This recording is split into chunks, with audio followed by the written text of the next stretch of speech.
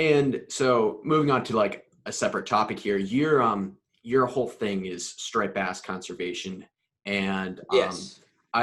the whole thing about striped bass conservation, it's a very, I guess you could say, controversial topic. There are people that think there's nothing wrong with it. And then there's people that think that it's like that you're like you can't fix it. It's gone so far that the bass are never going to be able to come back from where they're at right now. And we talked a little bit about the canal yesterday and how there's different places that are major choke points for the striped bass that they really get heavily depleted.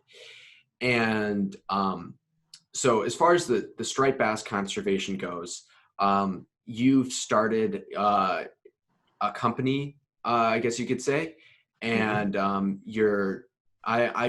you just tell us a little bit about what you're about and why you started this company?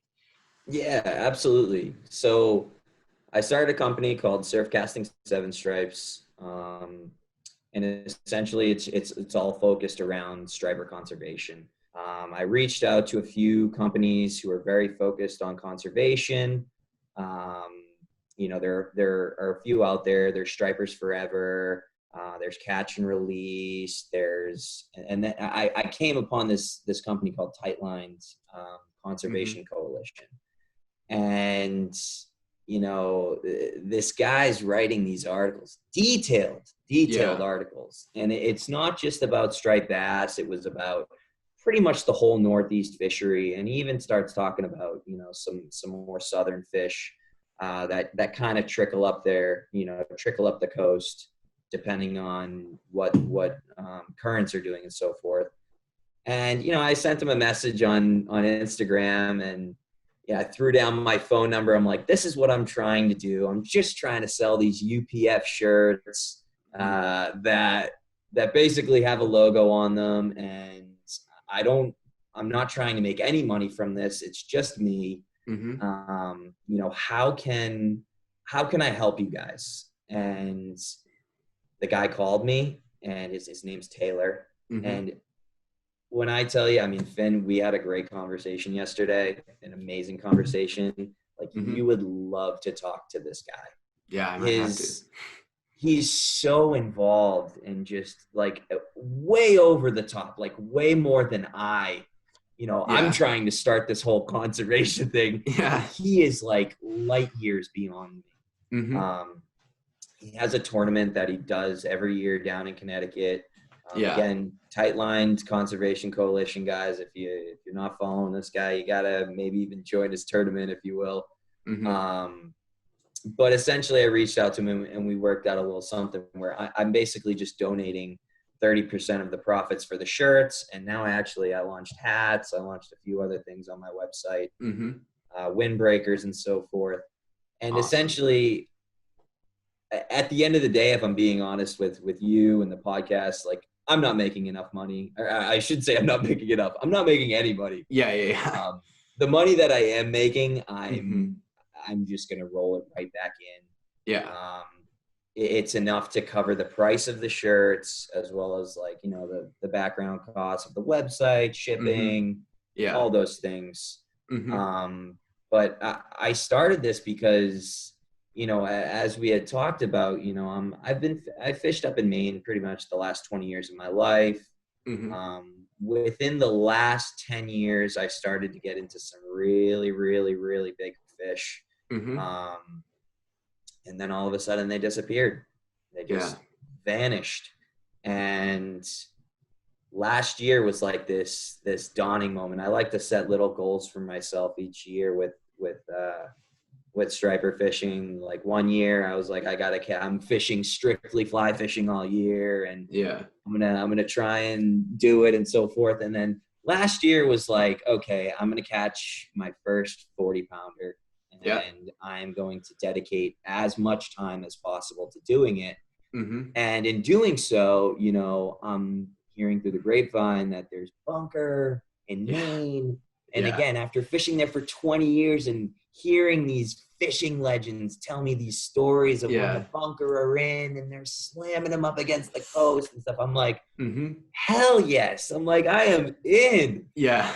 And Yeah. I fished this one spot like from 12 a.m. to 4 a.m. and Mm-hmm. didn't even get a bite. Yeah. You know, there were no bunker around. So I was like, okay, I'm going to move to a new spot. Mm-hmm. I moved to this new spot and there had to have been 20 pods of just bunker everywhere. This is late July in Maine, maybe even early August. Perfect time. Exactly. Took the words out of my mouth. And you know, I'm pencil popping. Yeah.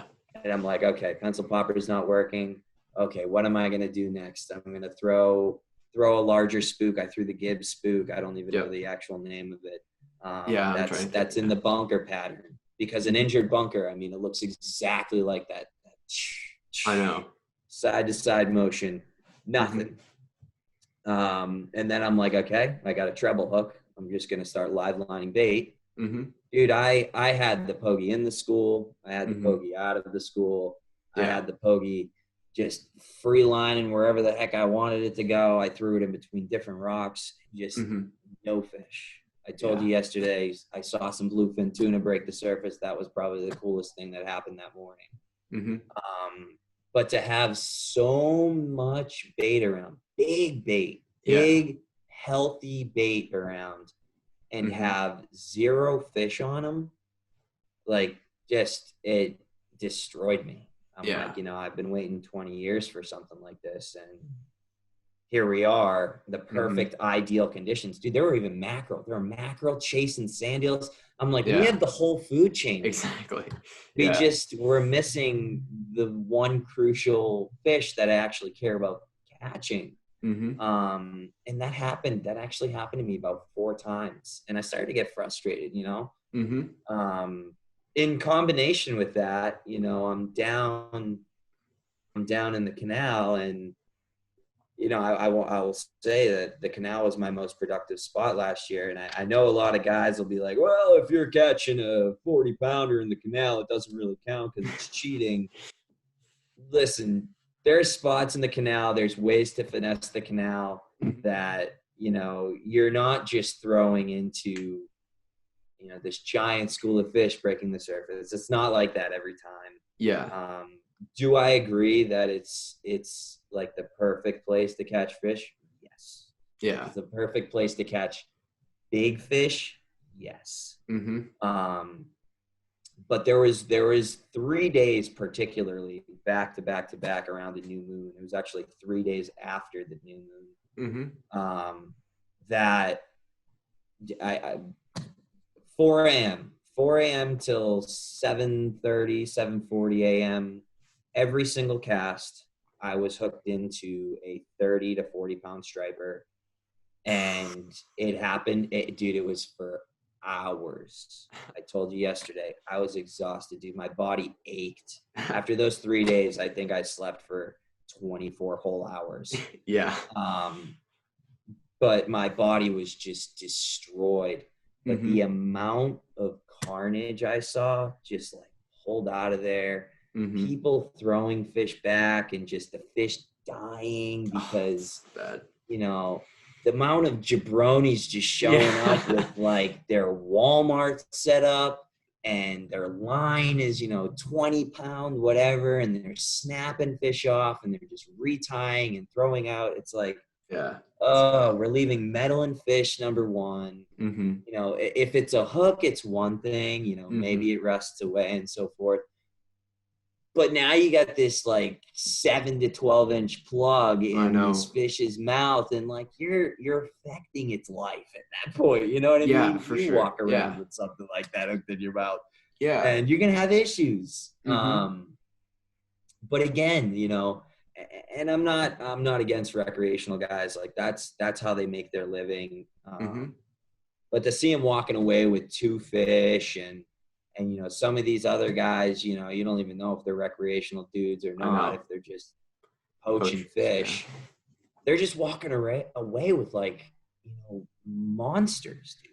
I know. Absolute monsters. And Mm-hmm. for everyone out there, when it comes to eggs and sort of the size of fish, like I said earlier, like your females around the 6 to 9 age, Mm-hmm. really 6 being the beginning of maturity and 9 being sort of full maturity. Mm-hmm. Um, those are your fish that are the producers. Like Mm-hmm. they are predict the future of striped bass fishing. Yeah. The reason I say that is, again, let's look at the new slot. The new slot's anywhere Mm-hmm. from 28 to 35 inches, right? Yep. So just referring to notes, I apologize. I'm Yeah, looking no down. problem. But basically a 28-inch fish is 6 years old. Mm-hmm. That fish ranges anywhere from 9 to 12 pounds. Mm-hmm. They produce 850,000 eggs. Yeah. That's a lot of eggs. Mm-hmm. Okay. Let's look at a 35-pound fish. All right. So now we're still within that range of the actual size limit. That's a Mm-hmm. 10-year-old fish. And they're ranging anywhere from 16 to 21 pounds. That's around 2 million eggs. Yeah. We literally just went from 850,000 to 2 million eggs within Yeah. 4 years of the lifespan of the fish, Yep. and within a 7-inch frame. Mm-hmm. You know what I mean? Yep. So the striped bass are known as, like, I'm pretty sure the word's hyperallometry, like they're a species that aligns with that. And Mm-hmm. what that means is basically that one part of the body grows disproportionately larger with age. Yeah. And for these bass, it's their reproductive system. Mm-hmm. Again, we just talked about, a 6-year-old to a 10-year-old fish in a matter of 7 inches, and we're talking a million eggs. Yeah. Now, if we start getting into some of the fish that you catch, and more of the fish that are caught, like down at the canal and Yep. kept, Mm-hmm. or on these recreational boats where people are catching, 40-inch plus fish, 40-pound plus fish, Yeah. a 40-inch fish is 13 years old. Mm-hmm. That's 22 to 30 pounds. I'm sure you've caught, everyone has their stories where, it's 40 inches and, it's 52 pounds. Like, I'm Yeah. Yeah. Yeah. not talking about that, but Yeah. that 40-inch fish produces 2.7 million eggs. Mm-hmm. A 45-inch fish, 15 years old, 31 to 41 pounds, that fish produces 3.7 million eggs. So again, we're talking another 2 million eggs on top of that. Mm-hmm. And dude, if we're hauling these cows off, Yeah. think of what we're hauling off. We're hauling off the big girls that allow us to keep doing what we want to do. Exactly. That's a 15-year-old fish, that 45-inch fish, right? Mm-hmm. Take 15 years off of your life and off of my life. I'm 1 years old. It took so long. Exactly. Right? I'd be I don't even know. God, I'm 27. So Yeah. I'm not doing the math. Yeah. And I'd be 1. Pretty simple math. But again, people don't realize the effect that they're having on the environment. And yes. And again, the whole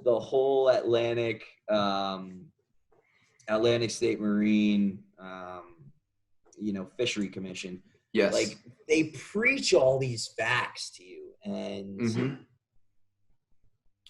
Yeah, they do nothing. I don't think people listen. I don't think they care enough. With the whole Addendum 6 coming out and so forth. I think that, maybe it's a move in the right direction.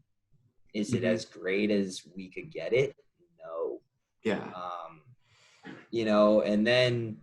And then they start mentioning circle hooks, and it's not going to be enforced until January of 2021. Like, it's funny, their statistics, because they'll literally you look at their statistics and it's like mortality rates. The highest was in like 2006. Yep. pardon me, and they blame like the majority of the deaths on the recreational fishermen. Oh yeah, for sure. Versus, I'm sorry, yes, so your recreational fishermen versus your commercial fishermen. Exactly. Yep. And if you think about these commercial fishermen, they're dragging these, I'm not talking about the guys who take people out on charters. I'm not talking about that. Yeah. I'm talking about these giant gill nets that are just scooping, massive schools of striper out of the water, or even scooping pogies out of the water. Like, I know. If there's no bait, how are the fish supposed to get to the size they're supposed to get? Exactly. So to bring up like a circle hook in the same sentence as all of, what they're trying to do, like I understand that, but are circle hooks gonna lower the mortality rate of the recreational fisherman who's throwing chunk bait? Maybe. Yeah. I only fish circle hooks when I'm fishing, a bigger chunk bait, which is very rare, or if I'm fishing a pogie or a mackerel, I will use a circle bait. Yeah. A circle hook, I'm sorry, or an eel, always a circle hook. But the reality of it is, most guys are throwing plugs, and exactly. Those are just barbed hooks that, they get caught and maybe they kill the fish and so forth. Yeah. But to blame the recreational fishermen, those statistics are sort of like nerve-wracking, because you think about it. Again, I look at the canal, I see dudes throwing fish back that, they just brought in a bigger fish, so they're going to throw the smaller one back. I know we've talked about that. Like I can see mortality rates because of that, just because people are, inconsiderate and don't really have like a fishing etiquette or appreciation for the fish like you and I have. But that's why I started this. I'm like, it's not up to these commercial guys. Like they have a quota to meet, and that's their lifestyle. Like it's up to us, the recreational fishermen, to make a difference. And dude, I'm making t-shirts. Exactly. You know what I mean? I'm making these long sleeve dry fits. Who am I? I'm nobody, And, I'm trying to get a message out there, to just people like John Skinner, Bill Wetzel, like we've talked about them. Like these guys are the legends of fishing. And a lot of these guys crushed their bards and they do all these little things to preserve the fish. But I wish there was like a more active approach or more active messaging from the recreational fishermen. To just do better, learn how to properly revive a fish. If a fish is gut hooked, like you've said it many times on your podcast, cut the line. Don't be jiggling stuff around. If you had a hook in your throat, and someone was down there with pliers jiggling things around, messing up your organs. It would not be good. It's a problem. That might affect you for the rest of your life. And you probably will die if that happens.